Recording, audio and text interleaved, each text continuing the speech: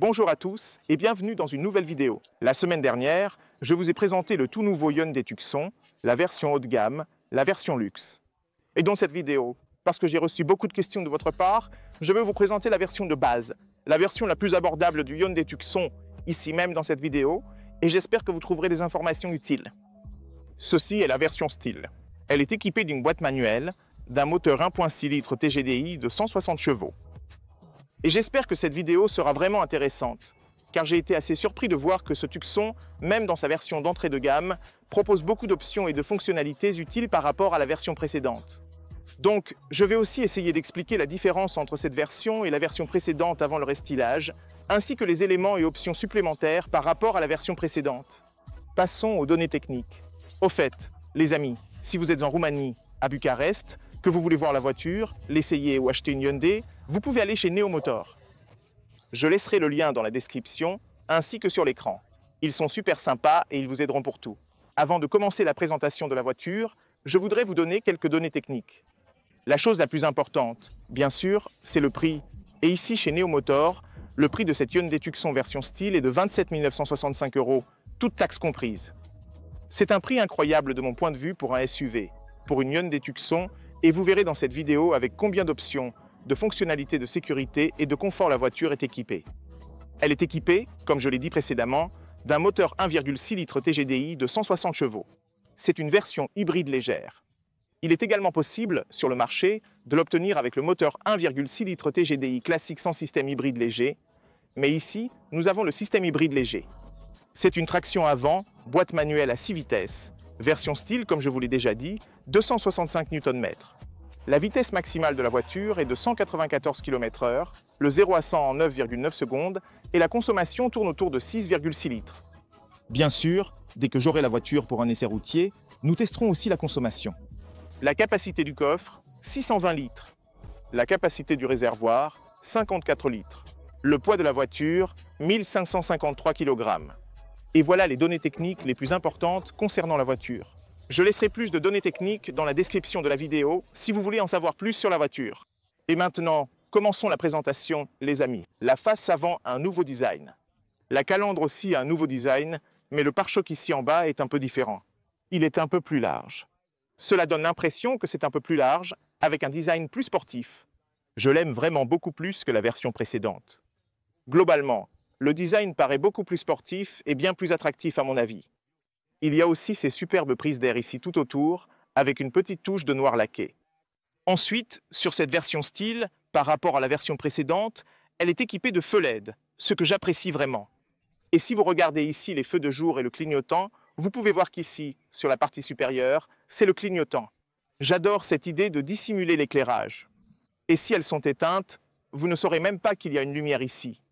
Vous aurez l'impression que c'est une grille complète jusqu'ici. Donc, c'est un système vraiment intelligent. Aussi, le système d'éclairage a un aspect un peu différent, avec une sorte de couleur gris foncé chromé et le nouveau logo Hyundai en version sombre.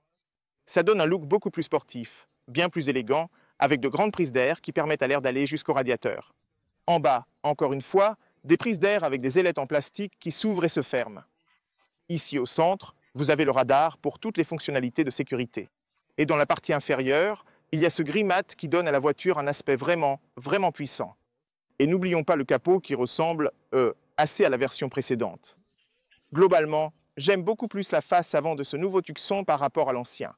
N'oublions pas que la partie avant est équipée de 4 capteurs de stationnement. Donc, sur le pare-brise, en haut, vous avez la caméra et le capteur de pluie et de luminosité, ainsi que la caméra qui fonctionne avec les capteurs à l'avant pour l'assistance au maintien de voie, le freinage d'urgence et toutes ces fonctionnalités de sécurité. Ce qui est génial, c'est que même sur cette version style, on retrouve ces équipements et caméras. Donc, le design reste à peu près le même. Ici non plus, rien n'a vraiment changé. La seule chose qui a été modifiée, c'est qu'elle est équipée de nouvelles jantes. Globalement, le côté de la voiture ressemble à peu près à celui du précédent restylage. Vous avez un très grand rétroviseur, et vous pouvez voir ici dans le coin, il y a le témoin lumineux pour la technologie d'angle mort. Et c'est l'un de mes designs de rétroviseur préférés, si je peux le dire comme ça. Vous avez des feux LED sur le côté, ce chrome mat juste ici, et cette combinaison de couleurs est vraiment magnifique. Je ne sais pas pourquoi, mais j'aime vraiment l'apparence des rétroviseurs. Les poignées sont à peu près les mêmes, les gars. Toujours ces grandes poignées. La qualité des portes quand vous les fermez. C'est à peu près pareil. C'est de la bonne qualité, rien à redire là-dessus. La voiture est aussi équipée de l'accès sans clé, ce qui veut dire que même sur cette version style, vous avez le démarrage sans clé.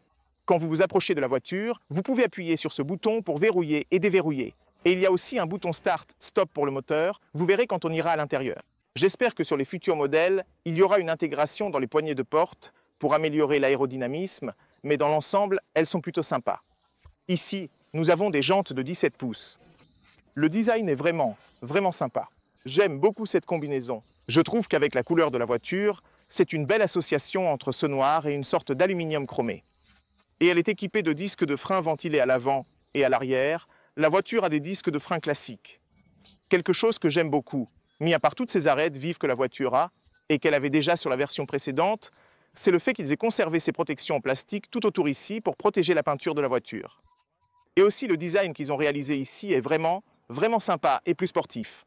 De plus, dans la partie inférieure, vous avez ce plastique sous les portes pour protéger la peinture de la voiture.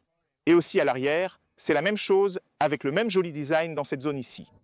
En plus, elles sont un peu rentrées dans la voiture.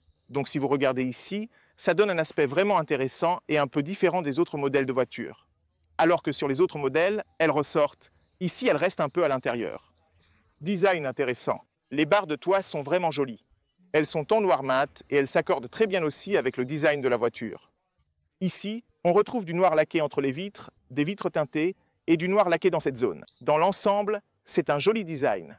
Et aussi à l'arrière, on peut voir ce détail chromé qui traverse la voiture, qui va jusqu'au bout ici et qui est séparé par ce très beau design juste là. Sur le toit, vous avez l'antenne radio en noir brillant, super jolie, qui ressemble à une nageoire de requin. Et puis, on arrive ici et on voit ce becquet à l'arrière, allongé, qui est vraiment beau. Sur le côté, on peut voir ce noir laqué brillant. Ici, il y a le feu stop, un feu LED, et j'aime le fait qu'ils aient prolongé le becquet de façon à ce qu'en dessous, on ait l'essuie-glace. Donc l'essuie-glace est caché sous le becquet. De cette façon, on améliore l'aérodynamisme de la voiture ainsi que son design. Les vitres teintées à l'arrière sont superbes. Et maintenant, vous avez cette intégration du logo Hyundai directement dans la vitre. C'est vraiment un beau design.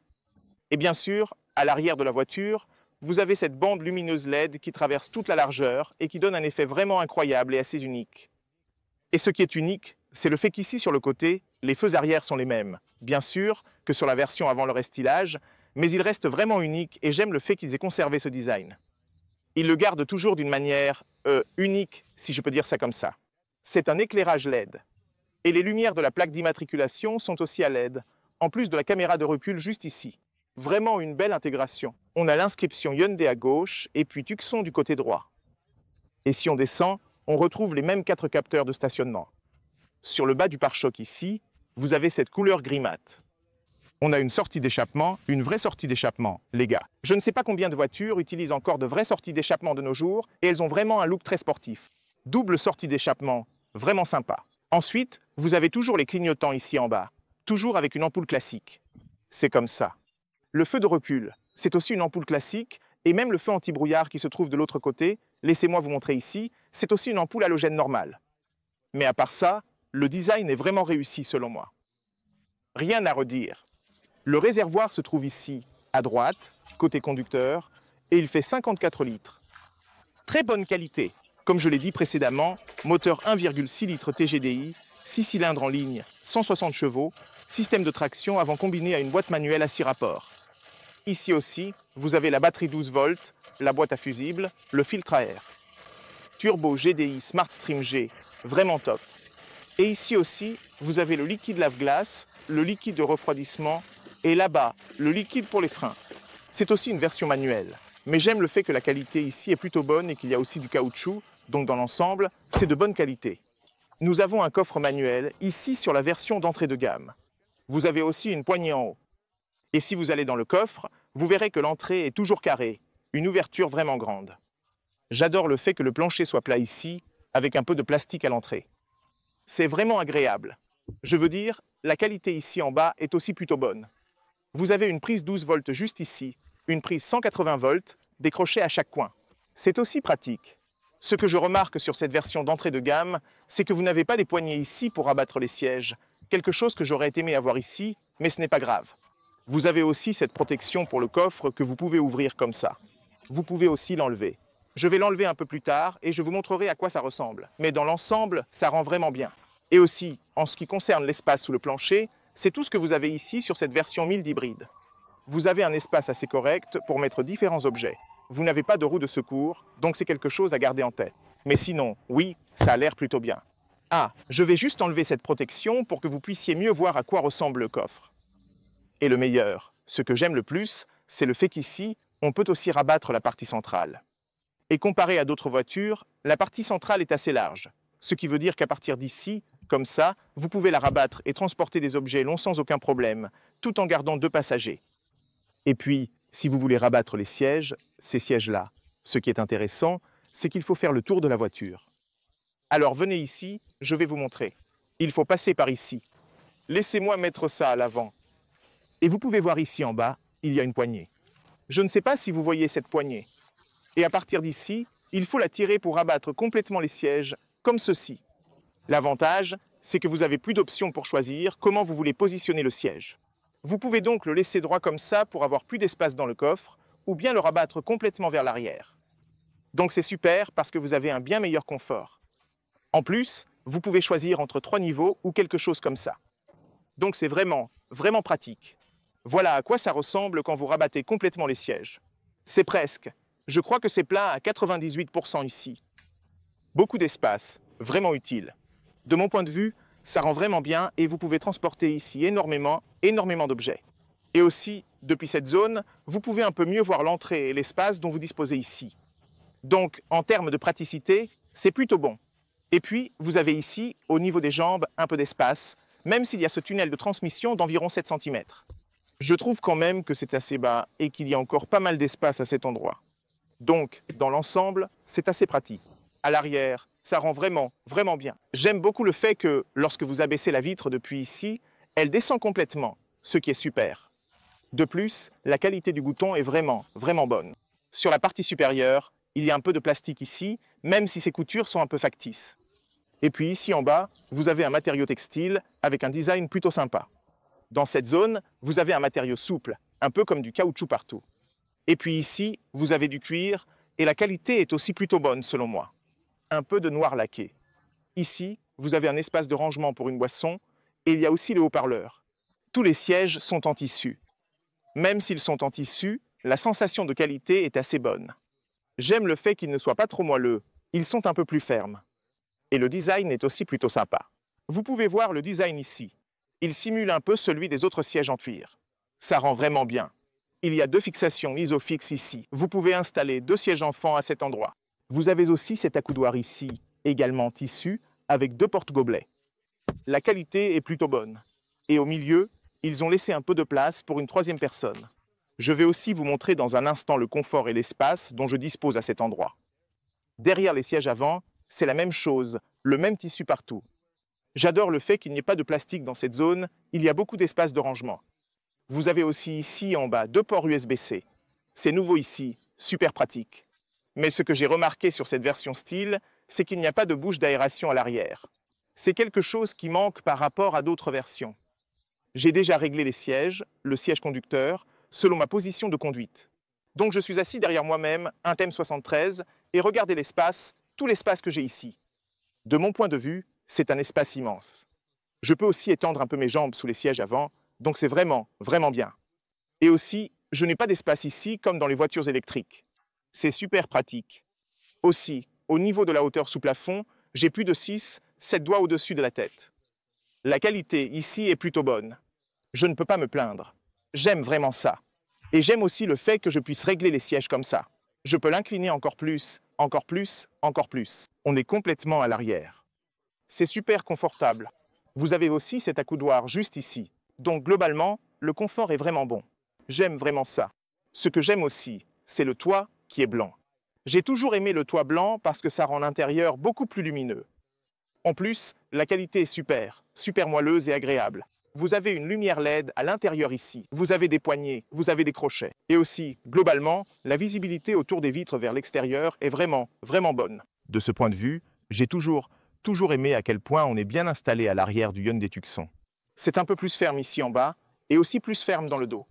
c'est normal. C'est pareil dans la plupart des voitures. On est assis un peu plus haut, mais on a quand même beaucoup de place pour les genoux, donc c'est vraiment bien. Et aussi pour la garde au toit, c'est à peu près le même espace. Peut-être un peu moins, peut-être un doigt de moins, mais dans l'ensemble, c'est très spacieux. Et si j'étends les bras à gauche et à droite, je trouve que c'est largement suffisant. Pour des trajets courts à moyen, 3 personnes à l'arrière seront probablement très à l'aise. L'un des plus grands changements de ce restylage concerne la planche de bord. Et à partir de ce design, on peut voir le nouveau style du tableau de bord. Ça a vraiment de la gueule. Même si la version précédente était déjà très réussie, je pense que...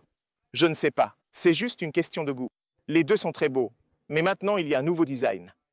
Et ce que j'aime dans ce nouveau design, c'est le fait qu'il y ait beaucoup plus d'espace là, sur la planche de bord. C'est vraiment, vraiment pratique.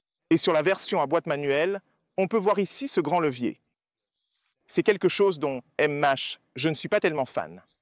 Je préfère largement la boîte automatique qui se trouve là où on change les vitesses. C'est vraiment, vraiment simple.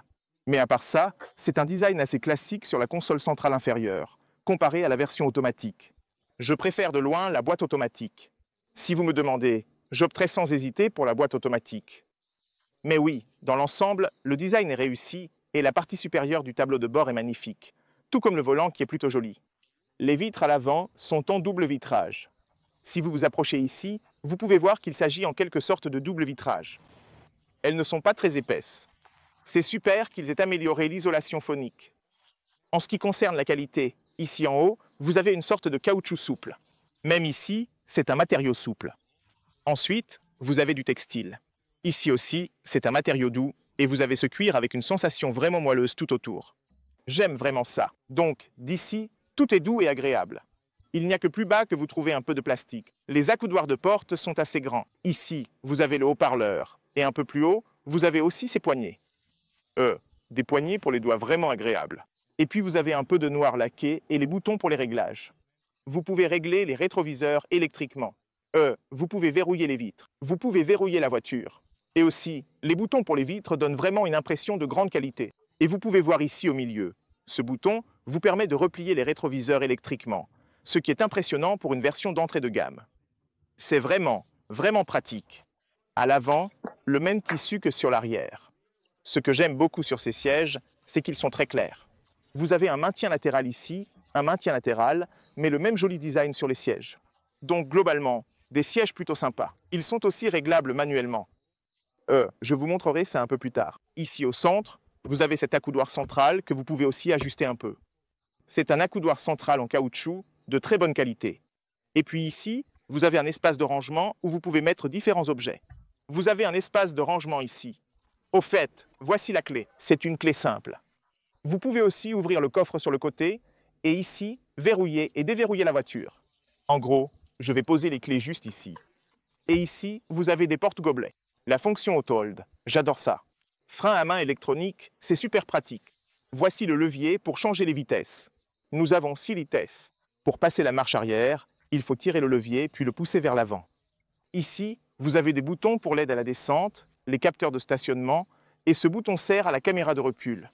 Donc, vous pouvez voir ici en haut, vous avez la caméra de recul. J'aime beaucoup la caméra de recul et la résolution de la caméra de recul. Et vous avez la possibilité de la voir d'en haut et aussi en plus large, donc une caméra vraiment, vraiment pratique. Recharge sans fil dans cette zone. C'est aussi très pratique, même sur la version d'entrée de gamme standard. Vous l'avez. Vous avez une prise 12 volts, une prise 180 volts, et puis un port USB-C. Et ici, vous avez un port USB-C pour recharger vos affaires ou pour charger et connecter des choses à la voiture. Donc ça aussi, c'est vraiment, vraiment pratique. Vous pouvez voir juste ici au centre, vous avez des lumières LED. C'est super utile. Et puis vous avez les micros et le bouton SOS. En plus, ici dans cette zone, vous avez ce miroir de courtoisie qui est vraiment grand, ainsi que des lumières LED. Donc oui, de mon point de vue, la qualité est vraiment, vraiment correcte. Comme je vous le montre depuis l'arrière, ici sur la partie supérieure, vous avez une très bonne qualité, vraiment haut de gamme. Vous avez le haut-parleur ici, et vous avez ce grand espace avec une sorte de plastique caoutchouté. C'est vraiment sympa ici parce que vous pouvez laisser pas mal de choses. J'aime beaucoup le design des aérateurs avec le chrome, la qualité. C'est super doux, moelleux et agréable. Et ici, vous avez la boîte à gants, immense, vraiment immense, avec une lumière en bas. C'est une lumière jaune, mais vraiment très pratique. J'aime bien ce design avec des matériaux sympas Et ici, il y a le bouton de démarrage, arrêt du moteur. Ici, à gauche du volant, vous avez quelques boutons pour le contrôle de traction, le bouton de démarrage, arrêt du moteur et la position des phares. Un peu plus haut, vous avez les aérateurs qui donnent vraiment une impression de grande qualité. Matériaux solides. Dans cette zone, vous avez cet aimant où vous pouvez ajouter différents objets. Ici, vous pouvez voir le volant. J'adore la taille du volant et la prise en main dans cette zone. Le volant est vraiment de très bonne qualité. Vous avez des boutons physiques pour différentes fonctions. D'ici, vous pouvez contrôler et changer différentes vues. Par exemple, vous pouvez voir la consommation au centre. Ce n'est pas aussi personnalisable que dans d'autres voitures, mais c'est largement suffisant à mon avis. Vous pouvez changer pour voir la direction si la navigation est activée, et ici vous pouvez voir l'affichage des systèmes d'assistance. Donc, de mon point de vue, c'est vraiment top. Je vais vous montrer dans un instant comment vous pouvez aussi personnaliser le cockpit juste là, parce que c'est possible. Et les autres boutons servent aussi à l'autopilote et à toutes ses fonctions de sécurité. Sur le côté droit, vous avez aussi quelques boutons pour contrôler, connecter, la commande vocale, le téléphone et tout ça. Si vous voulez régler le volant, encore une fois, il y a un réglage haut, bas, gauche, droite. Bonne qualité dans l'ensemble. J'aime vraiment beaucoup. J'apprécie particulièrement que, même si c'est un système de climatisation à écran tactile, c'est en quelque sorte un écran tactile. C'est une combinaison entre l'écran tactile et ses molettes. Vous pouvez aussi le régler très facilement, car il est facile de l'éteindre, facile de l'allumer. Vous avez tout ici. Vous avez aussi les sièges chauffants sur cette version.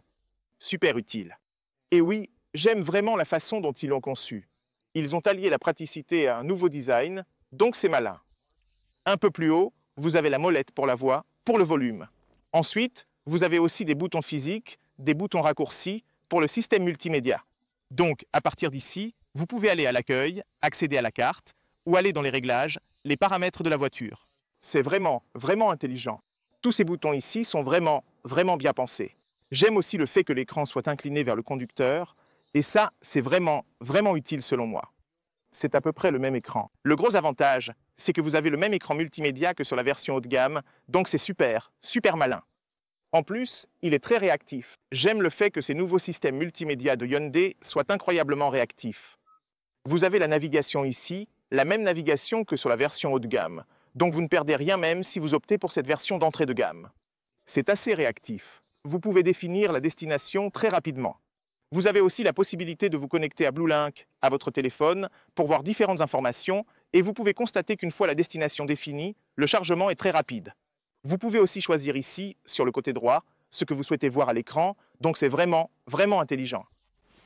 Maintenant, si vous allez sur l'accueil, vous avez aussi les médias, le téléphone, et également la projection du téléphone. Vous pouvez connecter votre téléphone, mais il vous faut un câble pour Android Auto et Apple CarPlay. Et voilà, c'est tout. Et il est écrit comme ceci. Veuillez utiliser un câble USB homologué pour connecter le téléphone compatible avec Android Auto ou Apple CarPlay, ou activer le Bluetooth et le Wi-Fi sur votre téléphone pour l'appairer. Ah, ça fonctionne aussi avec le Wi-Fi. Oh, c'est malin.